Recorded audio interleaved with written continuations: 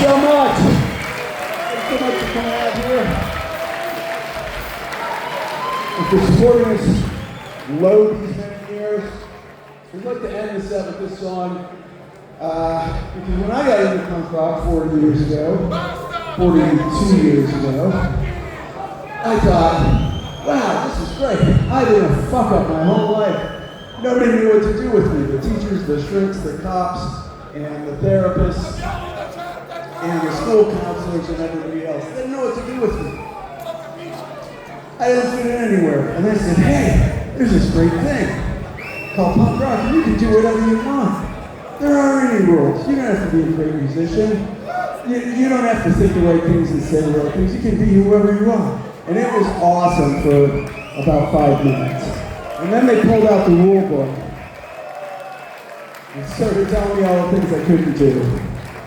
I never quite cared for that. And I realized it's just like a high school clique. But the cool thing about our band and our fans is that we've always been kind of outside that. And I always think this is the outsiders among the outsiders. Kind of the retrobates of the punk scene, if you will. The fuck-ups, the mental cases, the spazzers, the retards.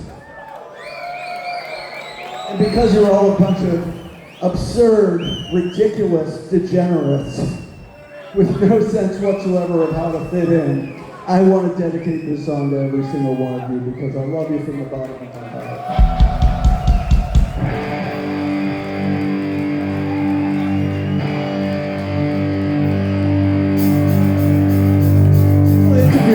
But on the other side of town, where the beautiful kids gotta sit around and talk about the other kids. Yeah, it's beautiful, but yeah, I'm part of it. And the pickles and pancakes, we got different language. A little twist. Yeah, it's beautiful, but yeah, I'm part of it.